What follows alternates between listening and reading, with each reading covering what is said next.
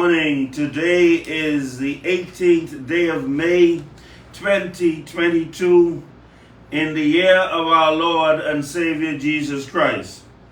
This is the resistance. And in all things we give God thanks. So I'd just like to start out with the scripture from Genesis chapter 41 verse 53 to 57. It's a long read, so just hang with me. The 7 years of plenteous that was in the land of Egypt were ended. And that the 7 years of dearth began to come, according as Joseph had said. And the earth and the dearth was in all lands. But in all the land of Egypt there was bread. And when all the land of Egypt was famished, the people cried to Pharaoh for bread. And Pharaoh said unto all the Egyptians, Go unto Joseph, what he said to you, do. And the famine was all over the face of the earth. And Joseph opened all the storehouses and sold unto the Egyptians. And the famine waxed sore in the land of Egypt. And all countries came into Egypt to Joseph to buy corn, because the famine was sore in all lands.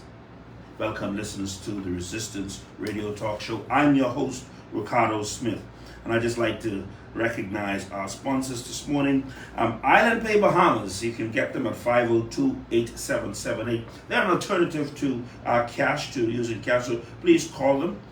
King Kong Cafe, King Kong Cigar Lounge, the place that you get all of the finest cigars in this town. I'm talking about, yes, Rocky Patel. I'm talking about Alec Bradley. I'm talking about Hemi Castillo, the Fatheads, all of the top cigars that you can think of, hand rolls, Cubans, all of those cigars are over there. And yes, sir, the biggest food store chain in town, Myla Butler Mile on Blue Hill Road. Yes, sirree, 677-6397. And don't you ever forget that he ships to the Family Islands. Myla Butler, the conglomerate, make sure and take care of you all over the Bahamas. Seashells Cafe, 356-3437. Go over and grab a bite to eat. Tropical Gyros, 6015752. Yes, sirree. Get yourself a gyro today and make sure and try all of them, because you know you got all that it's tropical there for you. Sunshine Auto Sales, Abundant Life Road off Soldier Road. All your car accessories, everything you could think of in the line of cars. You can talk about tires, you talk about the rims, you talk about car detailing, you talk about tinting. The whole 9 yards is done right there at Sunshine Auto Sales. Don't forget now, Sutton's Lounge on Blue Hill Road. Don't forget now, 698-0805. I'm telling you, that's the place. Southerners Lounge. You go down there and make sure that they get your lunch down there, because I can tell you they got lunch specials for you today. And don't forget, tomorrow's soup day. Glory Basketball Jam. This time it's the battle in Bimini. You got to get down to Bimini for the big battle in July. This is the last week for additional teams to get in. After this, the door will be closed. The People's Penny Saving Bank Barbershop. Yes, sir. Go over there and get your haircut. I'm telling you, from Monday to Wednesday, you've got Perry, and from Thursday to Saturday, you've got Mill. He's going to take good care of you. 3B's Wholesale and Retail Bar at 5th Street, The Grove, and Ponciano Avenue. Just go right over there and get yourself a nice cool off. General Landscaping and Trucking, 828-5389. They take care of all your landscaping and all of your tree trimming and trucking needs. Zulu Media Marketing, we're here for you. Make sure to give us a call. We'll take good care of you and make sure that we put a marketing package together for you that you will be happy with. Those are our sponsors for today. And ladies and gentlemen, I'm telling you, do we have a show in store for you today? We bought the big man. We bought the man who has been in the business all his life. This is third generation business owner, third generation food store guru, if you want to call him the master. He knows what needs to be done. This is a family business that's been around for umpteen years. As a matter of fact, I first Governor General, Bahamian Governor General Marla Butler was the pioneer that made it all happen. And today we have with us a man who has proven himself, who has educated himself, who's done everything that one would need to do to succeed and to progress in business. Today we have the man who's been with the small man all his life, making ways to make it happen for them. He is now promoted to the chairman of the Marla Butler Corporation. Friends, I speak of none other than Mr. Alan Butler. You'll get your chance to meet him in just a moment. We're going to break, and when we come back, like they say in the church, the next voice you'll hear will be that of the man behind making food prices available, affordable for small people, Mr. Alan Butler. We'll be right back. Store-wide items, your fresh meat selections, your butcher food, fresh fruits and vegetables, dry goods, detergents, toiletries, and much more. Come in and encounter a real Bahamian shopping experience. The Lure Road Lounge. Mondays and Thursdays, 7:30 a.m. to 7:30 p.m. Friday and Saturdays, 7:30 a.m. to 8 p.m. And Sundays, 7:30 a.m. to 2 p.m. We accept food services cards and we ship to the family address. Give us a call at 223-5436.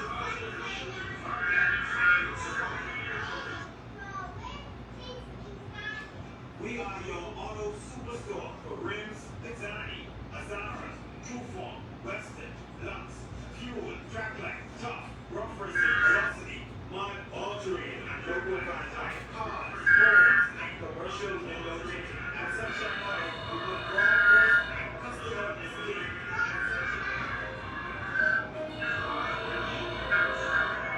Ready? Yep. Ladies and gentlemen, we are back live here on The Resistance. Ladies and gentlemen, we have a guest for you, none other than Mr. Alan Butler. Please, Alan Butler, say hello to listeners and hello to the Bahamas. Good day, everyone. Thank you for having me on your show today, Mr. Ricardo Smith. It's a pleasure to be here this morning to discuss whatever matters you wish to discuss in reference to the country as well as for food distributions inside the country. It is a pleasure and an honor to be here this morning. Mr. Butler, the honor and the privilege and the pleasure is all mine, and I think the Bahamian public. Why not just tell us a little about Marla Butler? The whole Bahamas knows, but tell us a little about the company, about its history, because it has rich history, serving us for so many years, and just being the beacon in many cases for people, a beacon of hope. Indeed. Samailo, who would have been the pioneer of this whole conglomerate even starting, would have had his first store, as many people may not know, since 1928. And he would have started from then, and he would have morphed into many different things. He did some farming, he did cattle rearing, and all of these different things he did. However, he has a connection with Rumkey, because that's where a lot of his family lineage actually comes from. Mm-hmm. So he would have learned a lot of these things through his grandfather in that era at that time. His grandfather's name was Israel Butler, and that was how he learned a lot of what he learned in terms of cattle rearing. He in turn implemented as many things as he possibly can. Being the fact that he grew up in a very depressed time, in the 1920s and early 1930s, it was a problem for them to be able to get a lot of food readily available. And so therefore he did whatever he could to try to raise money to start a family. He and his wife Caroline, they would have started to do all sorts of different things to try to make. He started out with his. He was one of the first individuals to actually have a vehicle here, and he started with a taxi business. So he did that for a number of years, along with trying to, like I said, raise cattle and also do farming. And many folks who would have known back in the early days, once my uncles and father would have become of age, would have known the Butler Boys to be very instrumental in ice distribution around the country, which was a long time ago. But I've heard numerous stories in reference to that, where they sold ice, because many people at that time did not have refrigeration. So he would have gone ahead and they would have done those type of things, selling ice as well as grocery in a grocery store. And they did all of these different things. And then he decided to go from Ernest Street, where he would have started most of this stuff, which is near the bridge on Bay Street North. And he did that for quite a number of years. He then went over the hill and found on Blue Hill Road as well as East Street, and Market Street actually, where he actually had stores. And he rented spaces from various individuals, other black Bahamians, one of which namely that I know of was a lady called Liza Malcolm, where he would have actually rented spaces, small spaces, to have small convenience stores. And at that time, bear in mind, stores were serve stores, meaning you could not walk into a store and be able to purchase your groceries. It was actually, you had to come to the counter, request what you wanted, and they would then give it to you. There was not self-serve. So it wasn't until the late 1950s when Milo Butler decided to open up the first self-serve grocery store over the hill. That was the very first. So we were pioneer in that regard. And the small store, which we now have as our Flying Dutchman liquor store, is actually where the first self-serve grocery store began. And that would have been in the 1950s. It was quite instrumental in that time, and quite, and I understand from my fathers and uncles that they literally had to have people to stand at the door and wait, because there was only so many people they could able to allow to come in at a time. From there, they went on and they then introduced having a warehouse and building a warehouse with Milo B. Butler Distributors, which would have been built in 1963, along with the present food store that we have, Milo Butler Mart, formerly called Milo Butler's Bargain Mart, where we actually have all of those different things. So he had a lot of different ideas that he wanted to pursue. And of course, his interest was always in the people and the masses. So Milo actually involved himself in politics. As his sons became of age, he actually, I guess you can say, turned over the key. But of course, he had his first line officer, who was his wife, Caroline, who actually helped in that transition between transitioning to her sons, and in turn, that was where it all that's where it all began. In 1963 was when they became incorporated, which was just prior to 1967, before we had majority rule in the country. And so with all of that, he was very innovative and tried to do a lot of things single-handedly in many instances. I often heard him say, "Me and God are the majority." And so he did not have any fear of who was against him. As far as he was concerned, he had the Lord on his side, and that was his mantra. That was what he lived by. And of course, he instilled that in so many of us as we moved on. And of course, it has been almost like a Jewish tradition, more or less, to kind of see us move from strength to strength, in these kind of times. And now we presently have what we have now, the Milo Butler Distributors Company. We also have Flying Dutchman liquor stores, and we have Milo Butler Mart, all falling under that particular entity. And of course, numerous other things that the family has gotten involved with. Wow. Over the number of years, and we're still trying to grow from strength to strength. Wow. Mr. Butler, that's a whole lot. Well, I'm telling you, incorporated just before majority rule, eh? Yes. Mr. Butler, we've gone down this road, over and over again. People are talking about food security, talking about being able to produce and to grow some of the food here in the Bahamas and all that sort of stuff, and be able to supply food stores, restaurants, hotels, and all that kinds of stuff. Mr. Butler, is that a reality? Is that something that can happen here in the Bahamas? Well, I've heard a lot of naysayers in reference to that to that comment, saying that the cost of food would actually be very, very high if we were to do it, because we're producing according to scale, so to speak, if you think about it.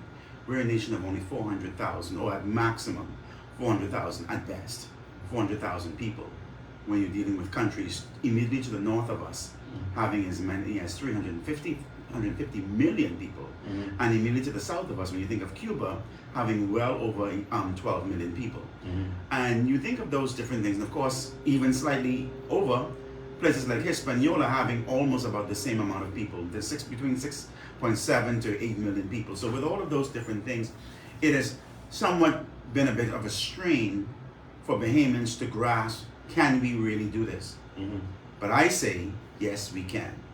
I think we're an archipelago of 700 islands, and we just need to find the right persons with the will to make it happen. I think we have a group of islands that have been designed in such a way whereby you can actually grow things at different seasons and different times of the year, particularly for the diet of the average Bahamian. There are only a few things we actually use on a regular basis. And I think most of those items can actually be produced perennially if we were to actually put our minds to it, not just for one season, but really try to see how best we can do it.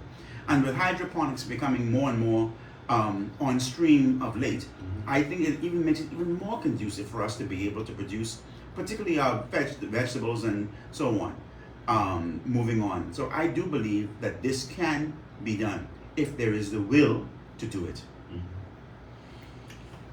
Well, we haven't heeded the cry to be more productive. We haven't heeded the cry to grow our stuff. We haven't heeded. So we're now in a situation whereby we are on the backs of COVID.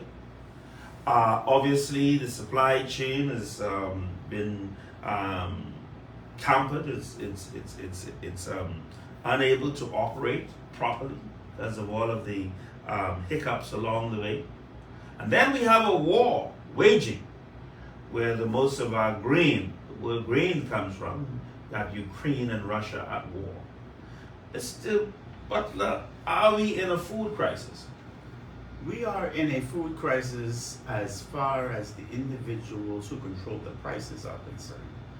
But we're really not in a food crisis. I think much of it has to do with taking advantage of the lower individuals at this present moment. I do believe that it can be a food crisis if we allow it to be. I think if we really have the will to try to make it a non-food crisis by supporting our own and doing more of that sort of thing, I think we don't really have to have a food crisis. Now, it can be you can create these images and create these things for yourself, but I do not believe that we are really in a food crisis. However, people are taking advantage of the situation to be able to make money and so on. And for some individuals, it may very well be a food crisis, but I don't believe that it's really a food crisis.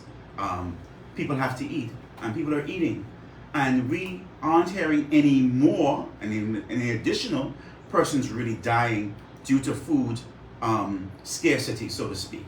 We're hearing people dying over COVID, we're hearing people die over a war, but we're not hearing any increased amount of people dying for food shortages. Now, mind you, not saying that people aren't dying over food shortages now, don't get me wrong. People are dying because they don't have sufficient food in their respective places. However, it is not increasing, which then tells me that the people are using this as a scheme, to be able to raise the prices, to be able to do what they're doing, and to cause these things to happen. I do not believe that we are really in a food crisis. However, it is presented as such.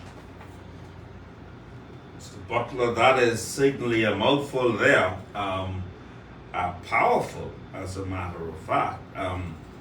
Tell me though, the Prime Minister thought it best that he meet with all of the owners of the food stores as prices started to rise. I'll ask one. For what reason? I ask because you were there. You were one of the major food chains sitting at the big table. How do I know? I saw the newspaper. I saw you there. Tell me, what do you want to meet with the food chains about? Does he think that there is a crisis? Well, I think with the increasing oil prices, there is a crisis in that regard, in the sense that not so much food shortage, but the increase of the cost of the purchase of food, that may very well be a problem. And I think we would have seen that in any number of items, that everyday items that persons would have purchased. Over the Easter, we would have definitely seen an increase in the price of eggs tremendously. We've also would have seen an increase in the price of limes tremendously. These items would have increased by leaps and bounds, and in numerous ways. And so I think in that regard, yes, those type of things were actually a genuine concern. And I do believe that the Prime Minister had a genuine concern in reference to this.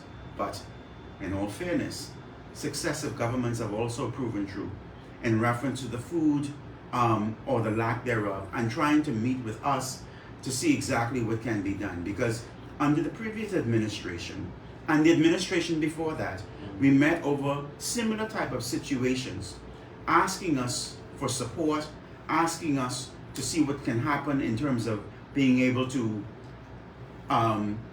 help those who are Bahamian growers to be able to support the industry. And we unanimously said on all occasions, we are prepared. We just want the availability of the products.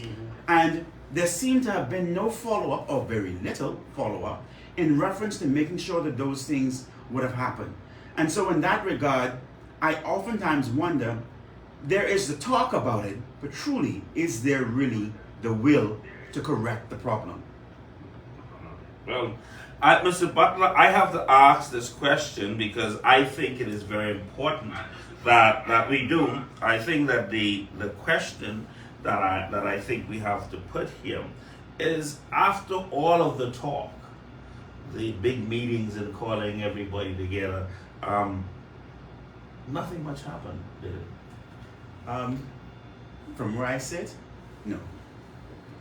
Well, Mr. Butler, see, I have to ask the questions because at the end of the day, poor people in this country are finding it very difficult. You just referenced eggs.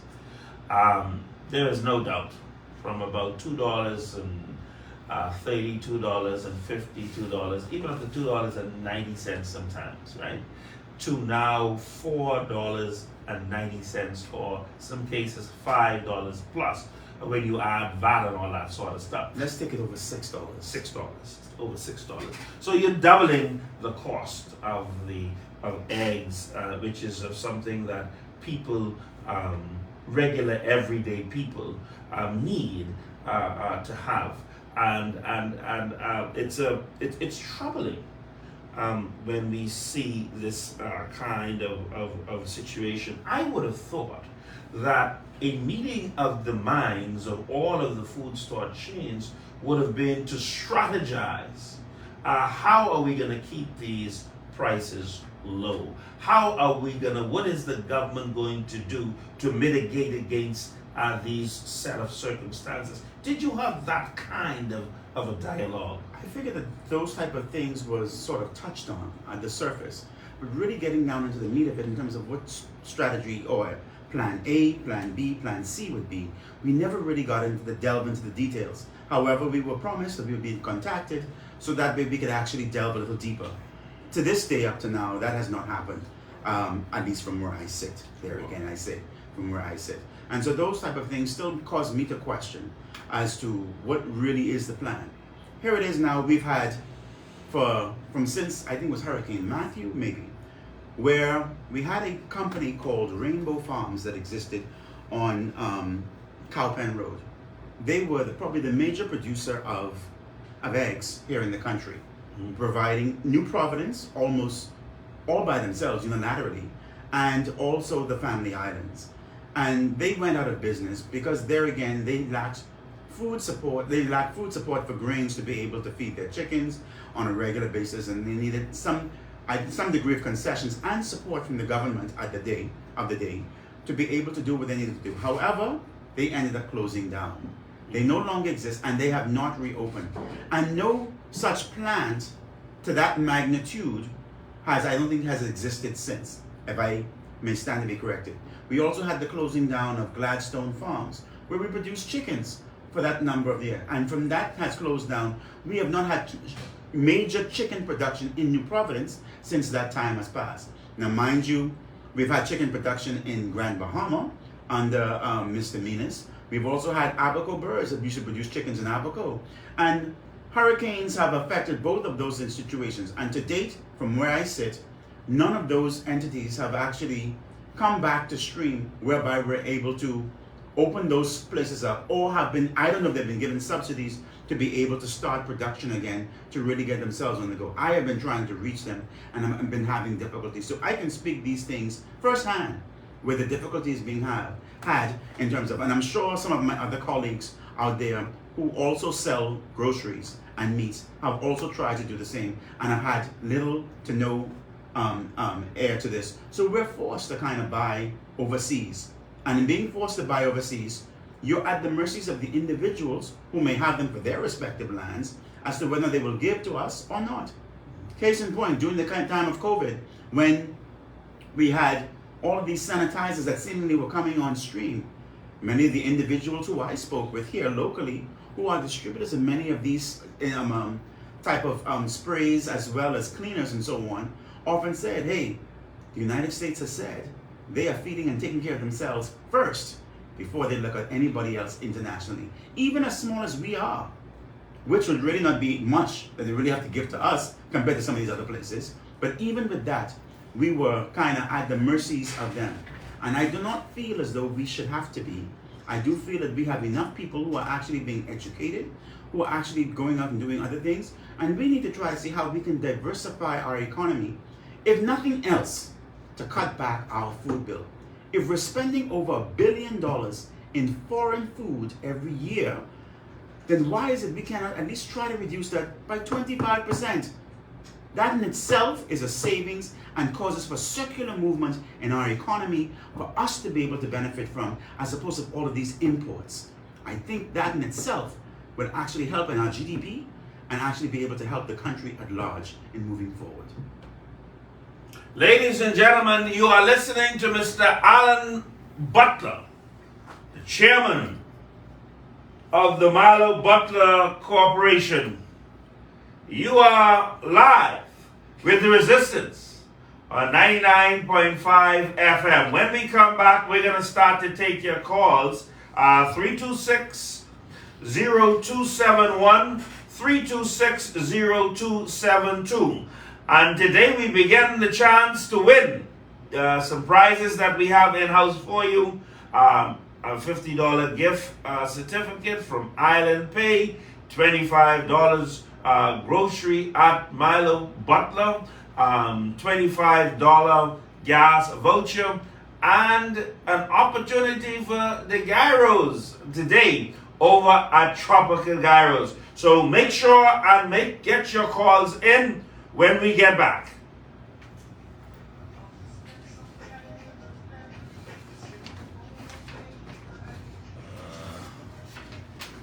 Those prices in town. No one beats Milo Butler Wild prices. Completely special. Two store-wide items. You have fresh, unique selections. We have butcher meat, fresh fruits, vegetables, dry goods, detergents, toiletries, and much more. Lure Road North.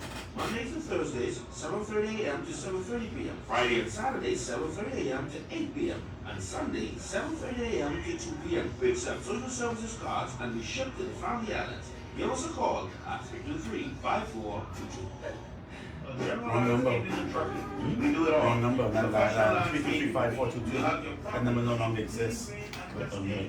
Yeah, and that there's now 323-5422.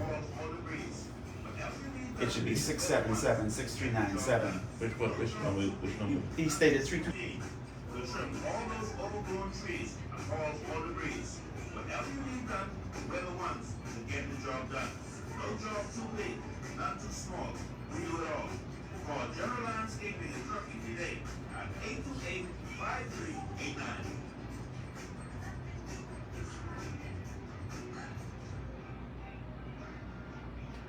Ready? All right. We're back here live and we're going to take your calls 326-0271, 326-0272. We have Alan Butler in the house and he is going to answer the questions that you may have. And of course, today we have a chance to win several prizes, inclusive of a $50 gift certificate, inclusive of $25 grocery at Milo Butler, $25 gas at Rubus, and the chance to get a gyro today. So it's up to you. Please do give us a call. Mr. Butler, we are in inflationary times. Can we expect this to continue for any period of time? Do you have any idea of where we are with regard to that? As far as the inflationary goes, I do feel that we should expect that the prices will go up, and some of them may come down a bit, but overall I think we should expect a 10 to 15% increase overall in grocery costs. Okay, caller, you live. Caller, you live. We're gonna call you live. Okay, that caller is gone. We'll get right back to Mr. Butler. Again, I want to say the numbers are 326-0271, 326-0272. You can give us a call.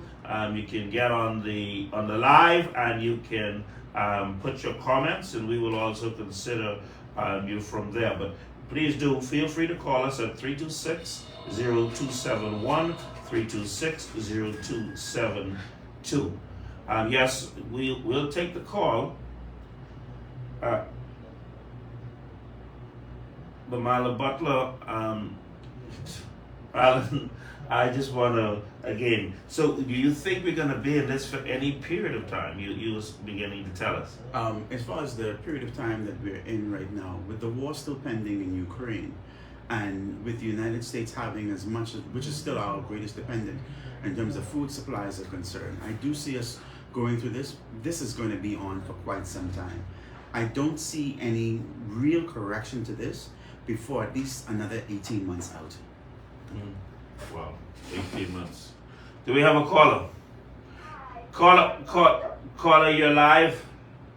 Hi, now? I can hear you now. Oh, okay, good morning. So, how you are doing this morning? You're fine. Fine, thank you. Okay.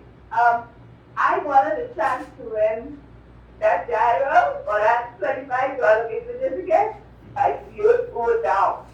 Yeah, but do you have a question for our guests? Yes, I wanted to find out, okay, as business people, right? And I don't know for what purpose the prices are going up so much. But I wanted to find out clear what y'all can get together and something about that. Cricket or something like that. Caller, go ahead. As far as picketing is concerned, I don't think that we would have actually Thank you. I had a good question yesterday. we would have actually picketed. But what we've tried to do was to meet with the powers that be to see whether certain concessions could be given to us in terms of much of these entities. I can express interest or express where we would have, for instance, many of our manufacturers that we would have gotten stuff from may have increased their prices ever so slightly. But what has really hindered much has really caused much of the increase in pricing has been the shipping costs. The shipping cost has been the single biggest element that has caused much of for which many of us don't have anything to do with and aren't able to control. And All right, hello? Yes, you're still. Yes, okay. I hear you saying shipping costs, right? But eggs can be grown locally. You don't need no shipping costs. Every island has chicken, one rooster. Okay, they have chicken. Okay. But what do you mean shipping costs? Caller, what's your name? My name is Joy.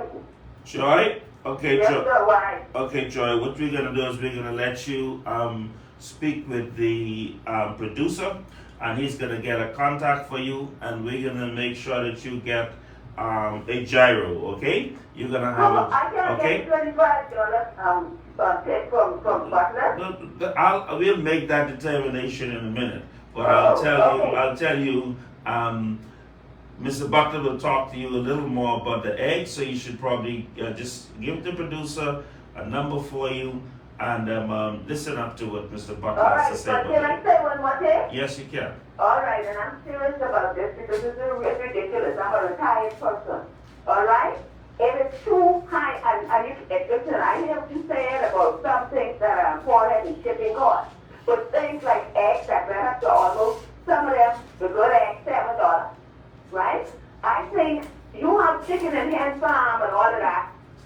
In that store, there's no, and I would really like to explain it on that level, things that I scored, including the limes, the lemons, everything, 89 cents now for one lime. In some places, I was like, these things can be grown here. You don't have to import there, so there's no shipping cost. I'd really like to know why are they so expensive? And even if you say that, okay, you have to get it from someone who you have to purchase it from locally, right? Which don't include a shipping cost. Even if you purchase it from them, and the government do not want to break the system, okay, something has to be done, okay, take the buy off or something. Y'all can pick it to get, because it's up to y'all to get these things to be done. You understand what I'm saying? Yes. Okay, but anyway, I hang up on this. You said, well, you tell them to So the producer, speak to the producer, and then we'll get you right after the producer gets a contact for you. All right, Yeah. sir. Thank you. I appreciate it. Okay. Yes. Let me get the. You want to say? You want to respond to that? Well, I think she pretty much was saying the same thing I said in reference to the eggs. I said we had a farmer here, and they have not been supported in reference to being able to produce the eggs. Now the other farmers, we now have to be able to meet with them to be able to say, hey, who is producing eggs in this country at mass scale, so we as food stores and distribution centers would be able to harness that. Now I have been in contact with an individual who is trying to work with me, and only now, this is only in the infantile stages of this program being developed, where we're trying to see where we can meet with local farmers and local growers of these types of things, so we can try to see how best we can work out the pricing of these type of items that are locally grown. But bear in mind, initially the prices may not go down right away, due to the fact that these individuals are trying to also earn a living, and they probably will have the prices pretty high, because our consumption compared to what is produced in other countries, and that these individuals don't have factories per se, may not be able to produce the amount of eggs at a reduced enough cost. price to be able to cause that kind of change to happen. And the average food store is going to say, I could buy the eggs from the United States and buy them for $2, Right. versus I buy it from the Bahamas, I buy it for $4, and until this becomes an industry, but it is government protected, Right. it's going to still pose a problem. The individual from abroad saying, I might buy from abroad. That's Or, right. even, for instance, the example of water. Government charges 100% on water, but how much water you still see brought into the country? Right. Even with the 100% added on to it, it is still eligible to be brought in and sold either at cost of what is produced here or even cheaper. So with that in mind, and that's just one illustration. The eggs is another illustration. We had a situation where limes were produced primarily in Abaco. Right. But all of those limes, it was said from that particular agreement not to be used or sold directly to Bahamian stores. They were for strictly U.S. and for export purposes. So when those type of things are set up in place, and we don't get the benefit directly from them, then you have these kinds of issues. So here it is now, the limes went from the Bahamas, marked the Bahamas, went to the United States to a wholesaler who then sells it back to the Bahamas. Yes, sir. I know. I could tell you because I could tell you because at the time at Crystal Palace at one point in time brought in a whole slew of limes bought from a company, bought it for Crystal Palace, and they came from Abaco. But they bought it out of the U.S. Absolutely. Here it is, and I could also speak to. I spent several years where I worked in a food chain in the United States. And I saw, because I was directly in charge of perishables for that particular company. And I saw where the limes were actually brought out of Marsh Harbor, Abaco. Yes, no, yes, there's no question about that. And so I know, and said, I felt proud, but I'm saying to myself, are you all getting these at home? And they told me no. No.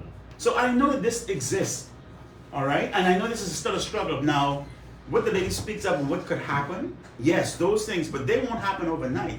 Because I cannot say, okay, we can plant a lime tree or lime trees in the ground today and expect to see harvesting to take place by next week. We still have to have some dependence on the international traders until such time as those materialize and those things actually come to surface. So this will take time to even develop, and we must be willing to spend the time to cause that to happen. Yep. So, do we have a caller?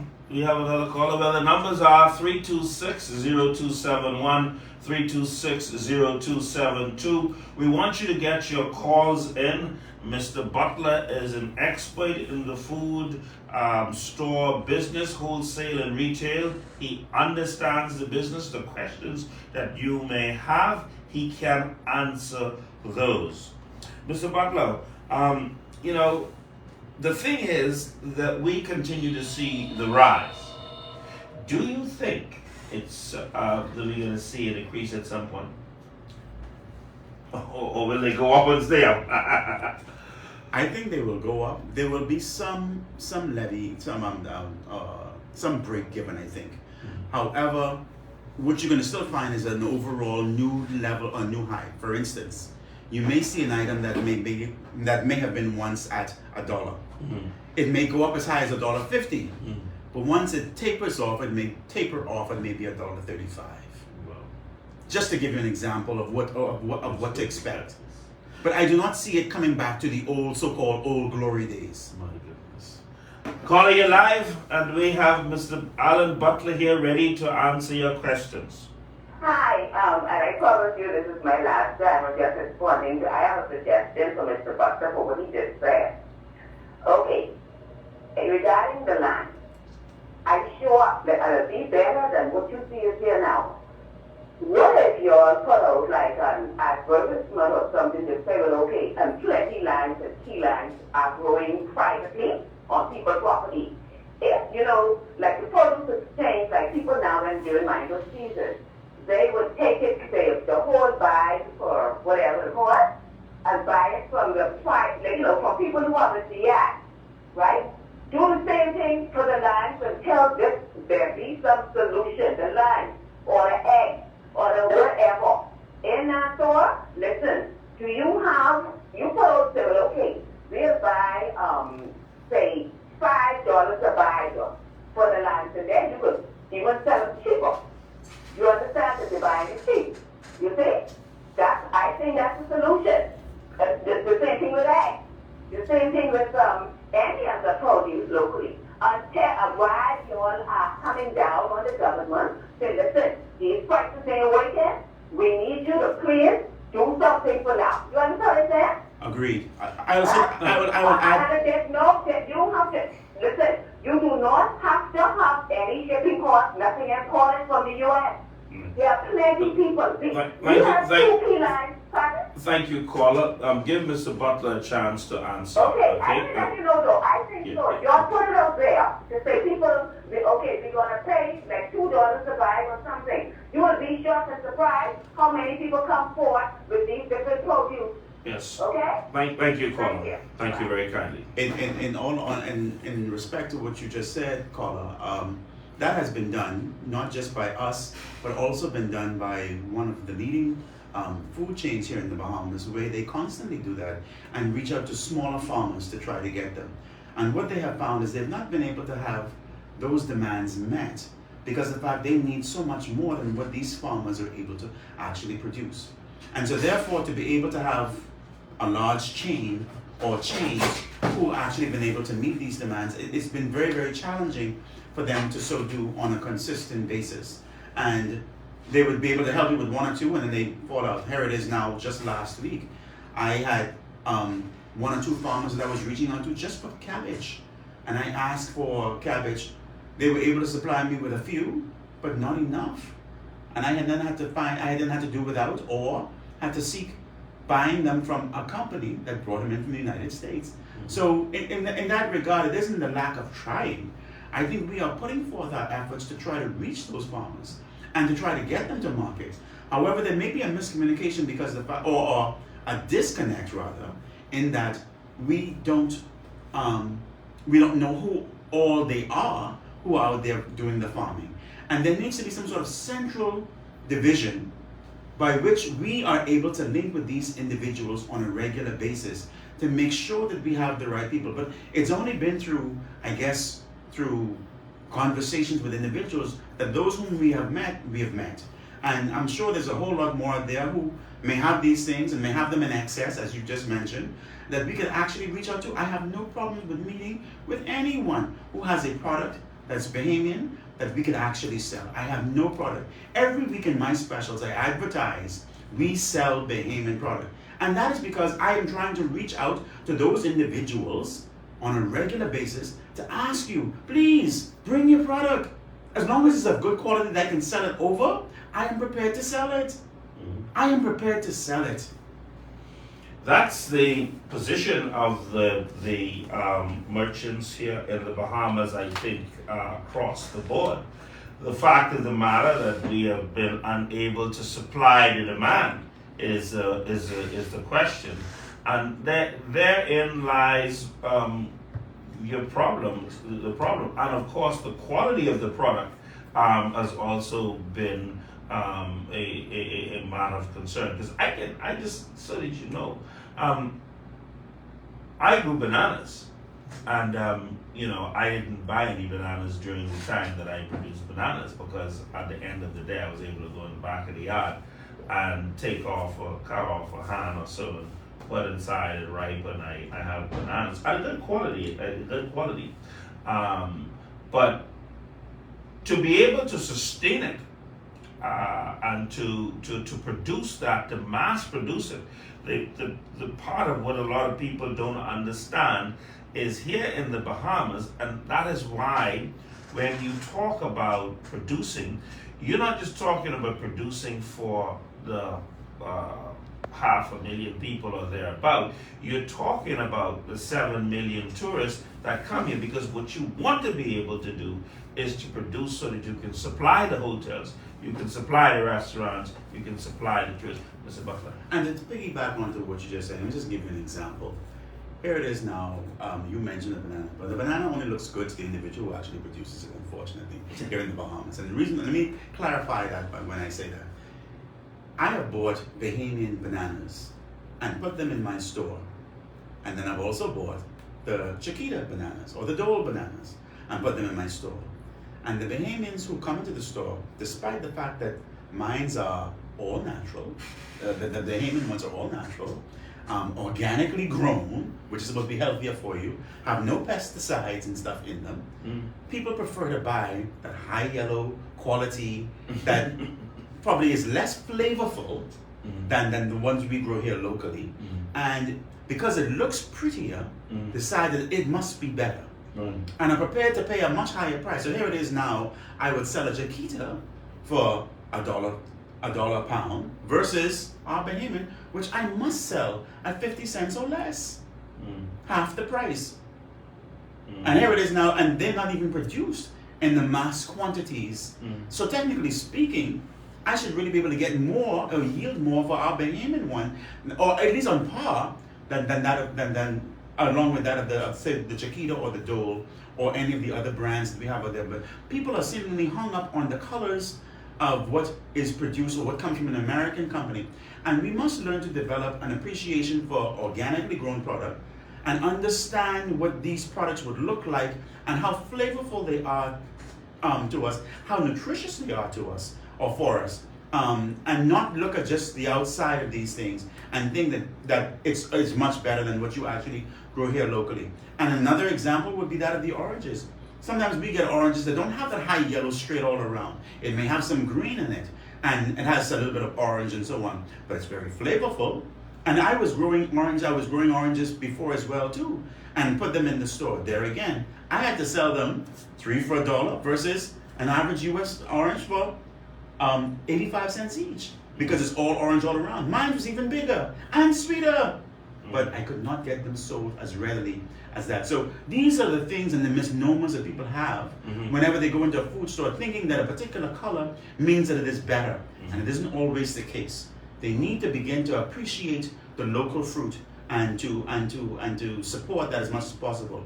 In my visitation to Trinidad several years ago, I noticed that they spend a lot of time growing produce, and I see a lot of their local fruit, and people embrace the local fruit and vegetables that they grow there. And I said, if only we can do the same here in our country, I think we'd be far better off and be able to curb a lot of our food costs as much as possible. The lady spoke also too about key limes.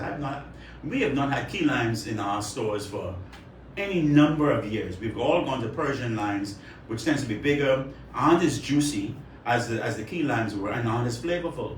But here it is. That's another case in point. And of course, I'm sure if we had those type of things readily available, we could pretty much sell them and cause people to be able to come to our stores to be able to buy a lot more local produce. But we must put teeth into making this happen. We must put teeth behind it and really be serious about food production in this country if we wish for it to make it work. Well, Mr. Butler, certainly that's a whole lot said. We're going to try to squeeze one more caller in before we go. The numbers are 326-0271, 326-0272. Please give us your calls. I just want to say, Mr. Butler, how are you able to keep your prices low? You have 22 items that you don't have any VAT on, or you have a special price on every week, every 2 weeks. How do you do this? Well, I try to change up whatever I can and see exactly what I can do in terms of probably taking a little bit less on something to try to see how creative I could possibly be with my pricing to cause people to be able to buy. And I've been able to do some pretty creative things in my overall scheme to make it favorable to the consumer as much as I possibly can.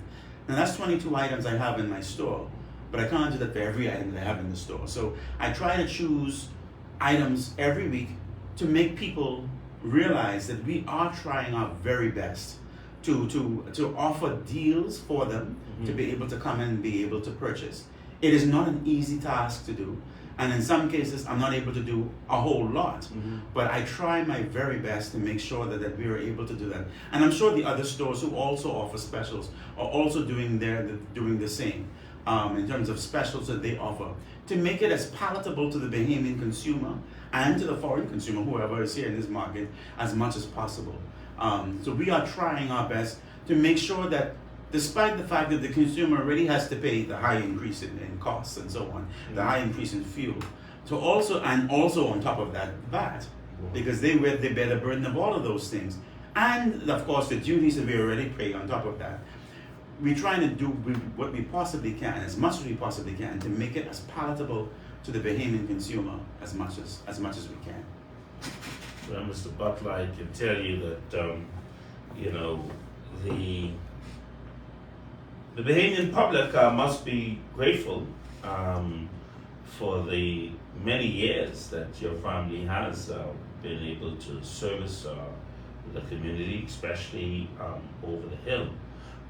But your store is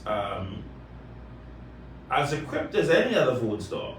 So, not just over the hill, but I mean, it is a food store that competes with all of the big boys. Yes. You have all of the you have dry goods, you have poultry, you have detergents, and all of the stuff that any other food store would have. Yes. Yes, because the thing is that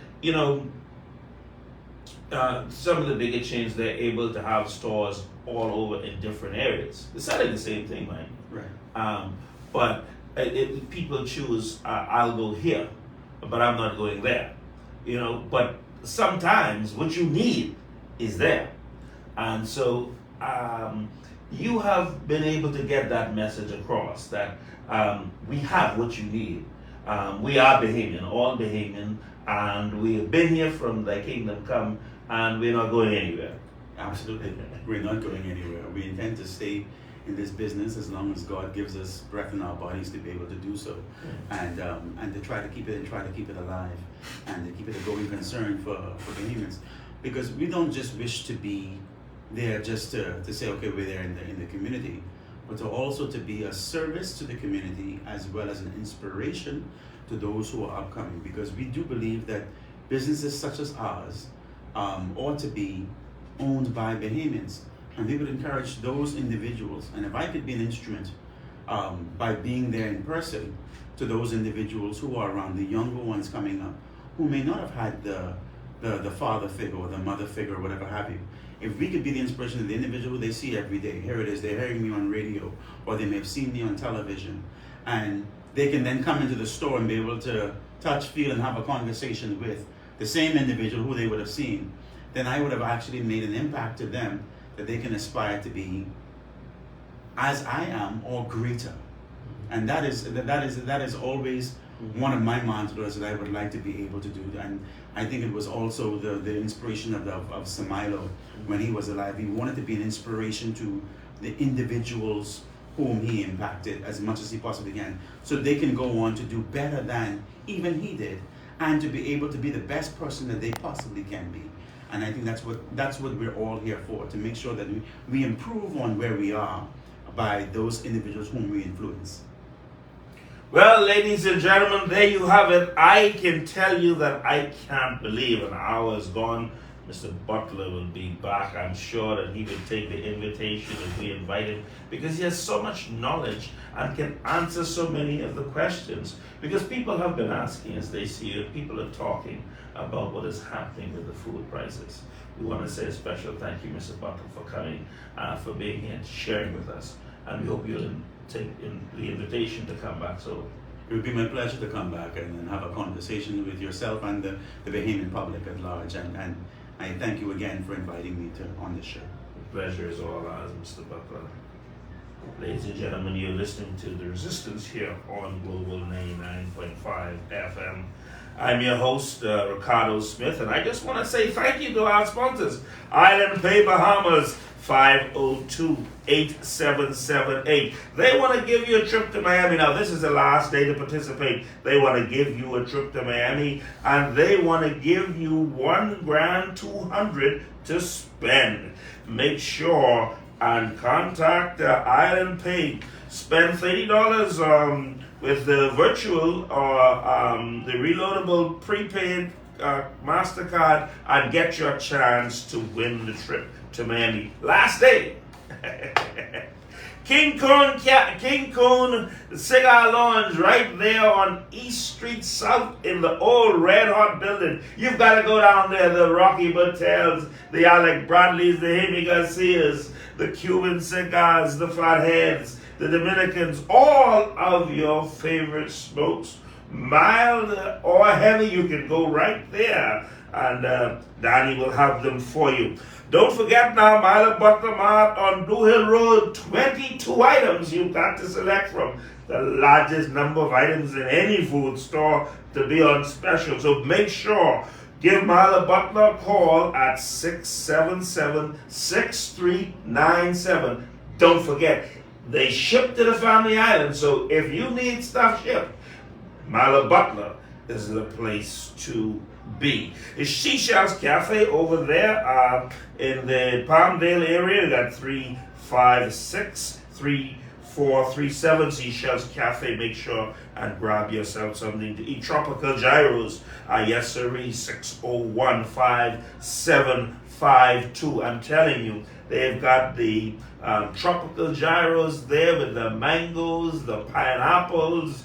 They've got the cheeseburger gyro. They've got the jerk chicken gyro. They've got the curry. They got everything over there in the name of gyros. So go over there and tell them that the Resistance sent you 6015752. Some lucky caller is going to go over and get a gyro today. Sunshine Auto Sales, Abundant Life Road, off Soldier Road. Make sure and go and check them out. All of your car accessories. I'm talking about from rims, tires. You're talking about tints, all of the good stuff. Anything that you need, go over there and see Sunny. Even down the Bodywood. Southerners Launch on Blue Hill Road. Make sure go over there today, and they've got lunch specials going on also. I think I'm going to stop and have me the special of the day. The number is 698-0805. And again, Glory Basketball Jam, the battle in Bimini this July. It's time to get involved. You've got to get this week. You've got to have your teams in. The People's Penny Saving Bank Barbershop. Yes, sirree. That's where you go to get your haircut. Don't see Perry or Mill. You've got Monday to Wednesdays with Perry, and then you've got Thursday to Saturday with Mill. 3B's Wholesale and Retail Bar, 5th Street, The Grove, Ponciana Drive. Go over, get yourself a cool off after work. General Landscaping and Trucking, 828-5389. I mean, listen, just go over and let them know you need to get your yard, your landscape, and you need to get your trees trimmed. You need to haul some debris. That'll take care of you. 828-5389.